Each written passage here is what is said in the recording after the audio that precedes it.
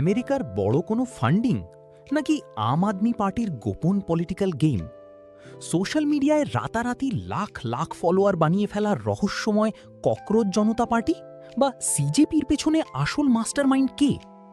প্রথম দেখায় হয়তো এটাকে একটা সস্তা মিম মনে হতে পারে, কিন্তু যখন জানবেন এই মিম পার্টির পেছনে দিল্লির পলিটিক্সের এক ধুরন্ধর মিম মেকারের হাত আছে, তখন আপনারও চোখ কপালে উঠবে।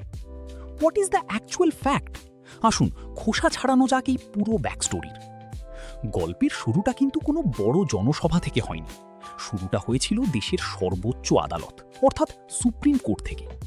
একটি মামলার শুনানির সময় মাননীয় বিচারপতি মন্তব্য করেছিলেন যে দেশের কিছু বেকার যুবক নাকি আরশোলার মতো, যারা কোনো কাজ না পেয়ে সোশ্যাল মিডিয়ায় অ্যাক্টিভিস্ট বা আরটিআই কর্মী সেজে সবাইকে ব্ল্যাকমেল করে বেড়ায়। জাস্ট ইম্যাজিন, লাখ লাখ টাকা খরচ করে ডিগ্রি নেওয়ার পর দেশের কোটি কোটি যুবক যখন চাকরির অভাবে ভুগছে, তখন তাদের তুলনা করা হলো আরশোলার সাথে। ব্যাস, এই একটা অপমানই যুবকদের ইগোতে গিয়ে আঘাত করে। ঠিক এই সময়ই এন্ট্রি হয় এই গল্পের আসল হিরো বা মাস্টার মাইন্ডের। তার নাম অভিজিৎ দীপকে।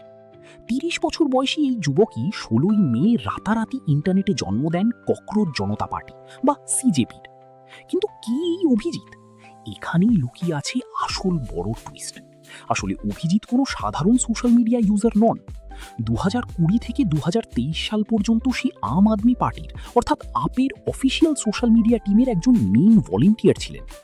২০২০ সালে দিল্লিতে অরবিন্দ কেজরিওয়াল যখন দ্বিতীয়বার জিতেছিলেন, তখন আপের পেজ থেকে যে লাখ লাখ মিম ঝড় উঠেছিল, তার পিছনের মগজটা ছিল এই অভিজিতেরই।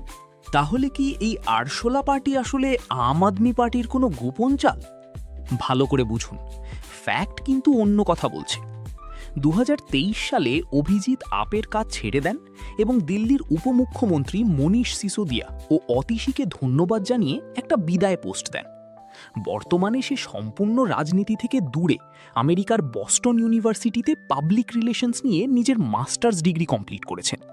অর্থাৎ সে একসময় আপের হয়ে কাজ করলেও বর্তমানে সে কোনো পলিটিক্যাল দলের সাথে যুক্ত নেই। আর তার বস্টনে থাকার কারণেই বাজারে গুজব রটেছিল যে এই আরশোলা পার্টি চালানোর জন্য ডিরেক্ট ইউএস বা আমেরিকা থেকে ফান্ডিং আসছে। আমেরিকায় বসে জজ সাহেবের এই আরশোলা মন্তব্যটি দেখার পরই অভিজিতের মাথায় মিম পলিটিক্সের আইডিয়া আসে। সে তৈরি করে ফেলে ককরোচ জনতা পার্টি .org নামের একটি ওয়েবসাইট। ট্যাগলাইন দেওয়া হয় voice of the lazy and unemployed. মজালোনে হলেও এদের ৫ দফা দাবি কিন্তু মারাত্মক লজিক্যাল। এদের প্রধান দাবি হলো রিটায়ারমেন্টের পর কোনো জজ সাহেব রাজ্যসভার সিট বা সরকারি কোনো লাভজনক পদ পাবেন না। দলবদলু নেতাদের ভোটে দাঁড়ানো ২০ বছরের জন্য ব্যান করতে হবে এবং নিট বা সিবিএসইর মতো বড় বড় ন্যাশনাল এক্সাম স্ক্যাম চিরতরে বন্ধ করতে হবে। মাত্র কয়েকদিনেই এই মিম পেজের ইনস্টাগ্রাম ফলোয়ার সংখ্যা লাখ লাখ পার হয়ে গেছে এবং ট্রিলিয়ন ভিউজ হচ্ছে। এটি সম্পূর্ণ একটি অর্গ্যানিক ও মিম বেসড মুভমেন্ট। ভারতের ইতিহাসে এর আগে কোনো মিম ট্রেন্ড এতটা পলিটিক্যাল প্রেশার তৈরি করতে পারেনি। ডিজিটাল দুনিয়ায় একে বলা হয় গ্রাসরুট মিম কালচার। সাধারণ মানুষ এবং বেকার যুবকদের ভেতরের জমানো ক্ষোভ যখন কোনো সাধারণ উপায়ে প্রকাশ পায় না, তখন তারা মিমের মাধ্যমে সিস্টেমকে চ্যালেঞ্জ করে। আর এটাই হলো সিজেপির আসল শক্তি। তাহলে শেষ কথা কি? হয়তো সময়ের সাথে সাথে এই মিম ট্রেন্ড একসময় শান্ত হয়ে যাবে, কিন্তু এই আন্দোলন সিস্টেমের বড় বড় মাথাদের একটা সলিড ওয়ার্নিং দিয়ে গেল। বার্তাটা খুব পরিষ্কার। পারমাণবিক বোমা পড়লেও যেমন আরশোলা মরে না, তেমনি কোটি কোটি যুবকের ক্ষোভকেও কোনো অপমানজনক মন্তব্য দিয়ে চেপে রাখা যায় না।